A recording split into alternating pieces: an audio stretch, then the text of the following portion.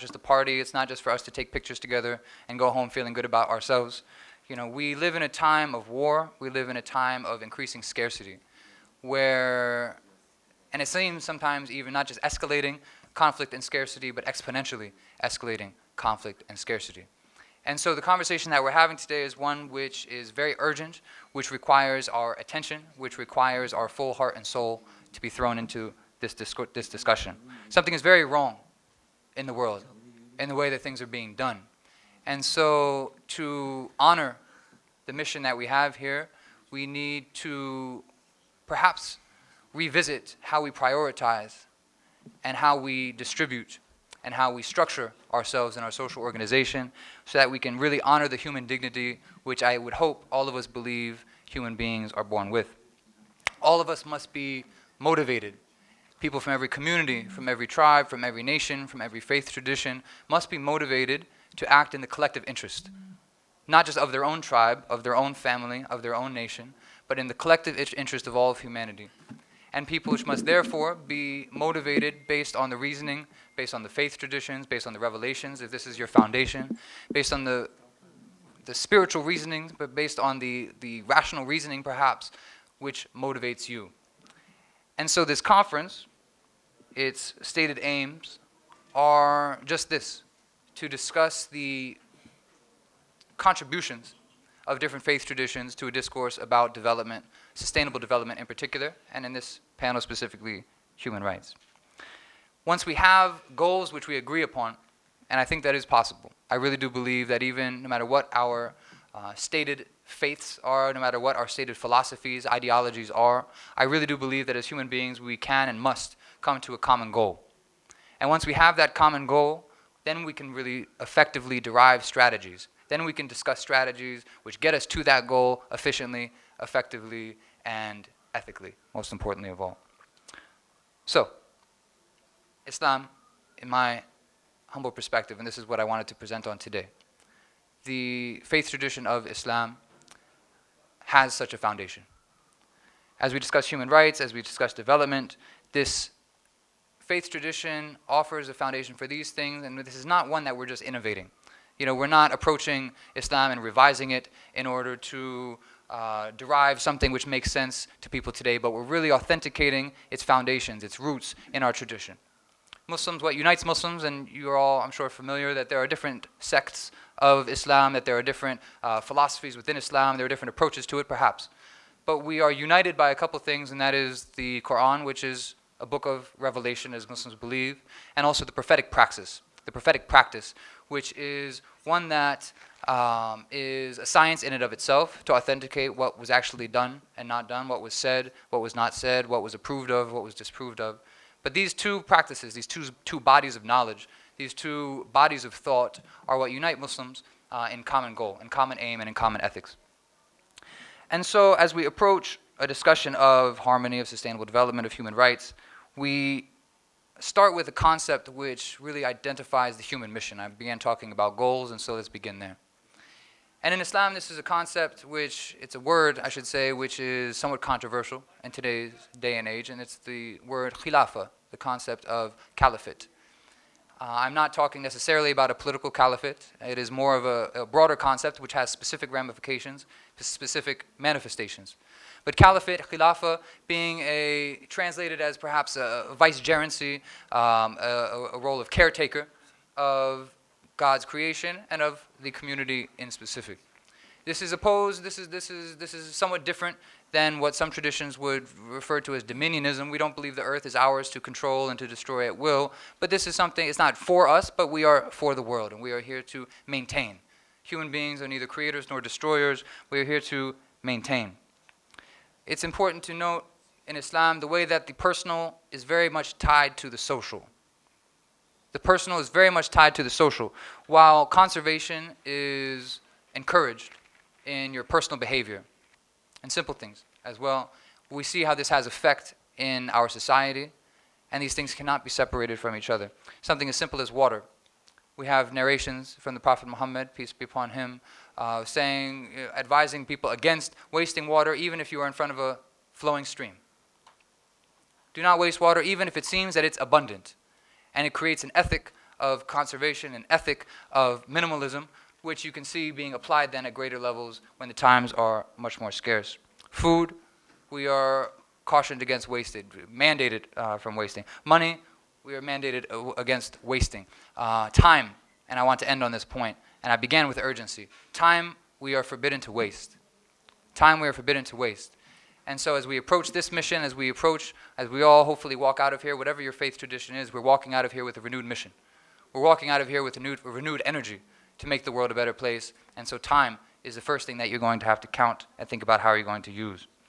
In Islam, we balance, thinking about water and food, for example, we are to balance our instincts, which are fine. We don't demonize our instincts. Our instincts help us survive, whether that's for food, for shelter, for sex. These are all things which keep human beings alive, societies vibrant. But we balance that with the social consciousness.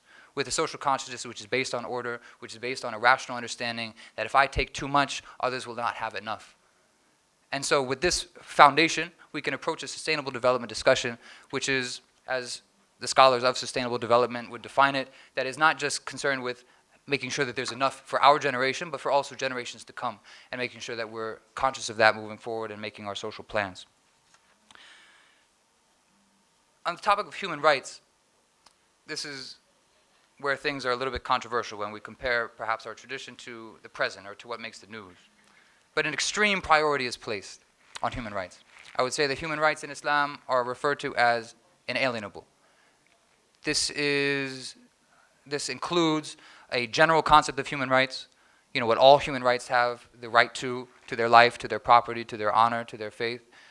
It refers to specific rights which are guaranteed on top of that to women and children.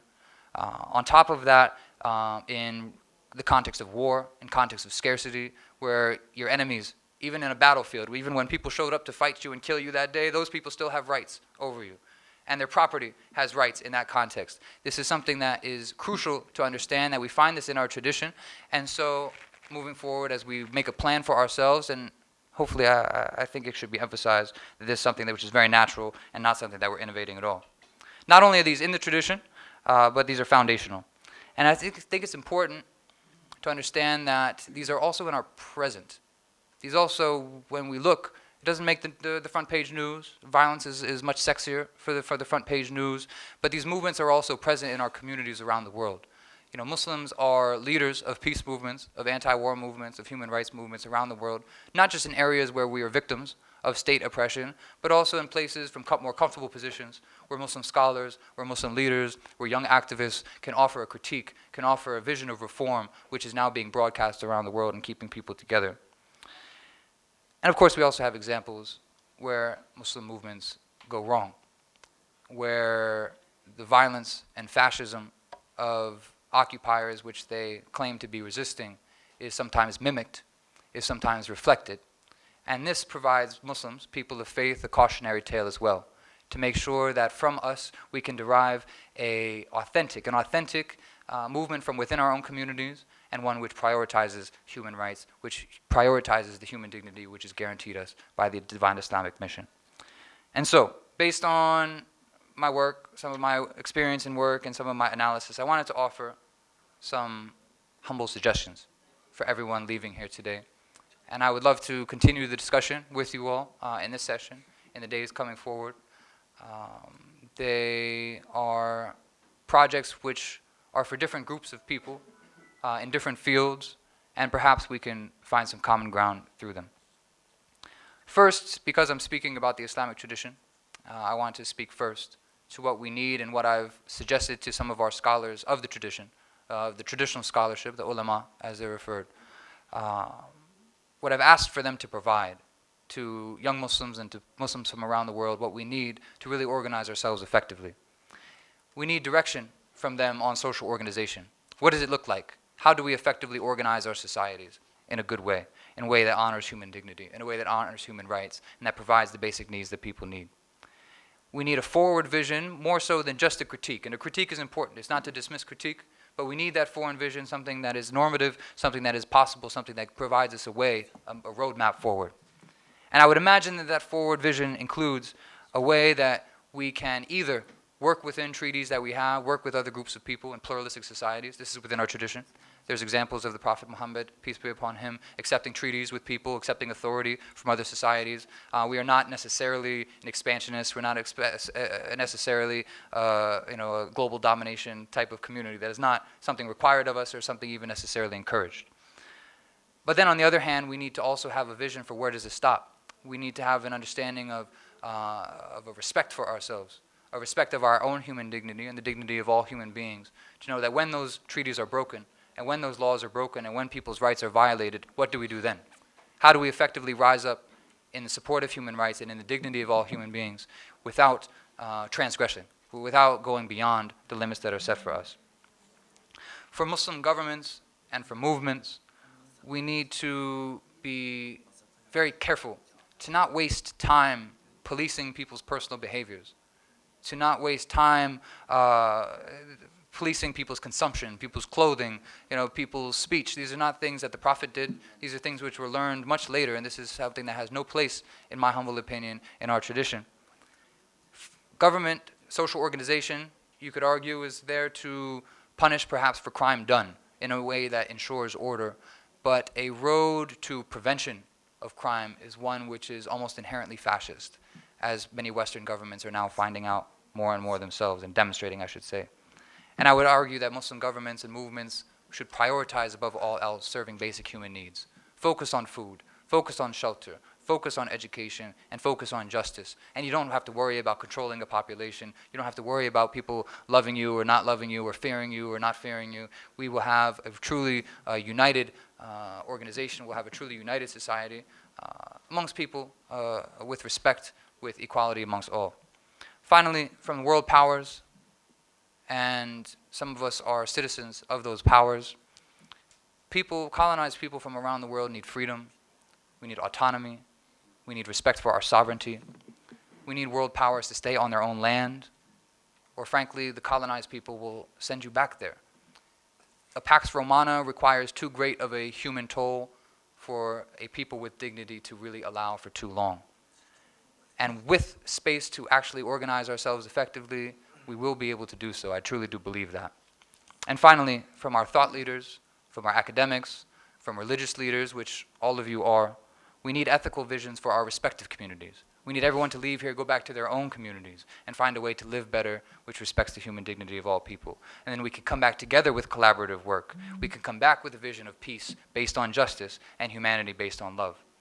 And so to conclude, I would call on one of the shortest chapters of the Quran, the time. It begins, أعوذ بالله من الشيطان الرجيم بسم الله الرحمن الرحيم والعصر إن الإنسان لفي خسر إلا الذين آمنوا وعملوا الصالحات وتواصوا بالحق وتواصوا بالصبر. That by the time, God is swearing by the time, that all of humankind, all of humanity is lost, except for those who have faith, إلا الذين آمنوا وعملوا الصالحات, and those who do good deeds, and those who call each other to truth, and who call each other to patient perseverance, to sabr. I'm in this struggle with all of you, and I pray that we have success, and I pray that we have eternal reward. I love you all for the sake of God, and I look forward to this movement that we can build from this space, and I thank you for your time. We'll see you soon. Assalamu alaikum. Peace be with you all.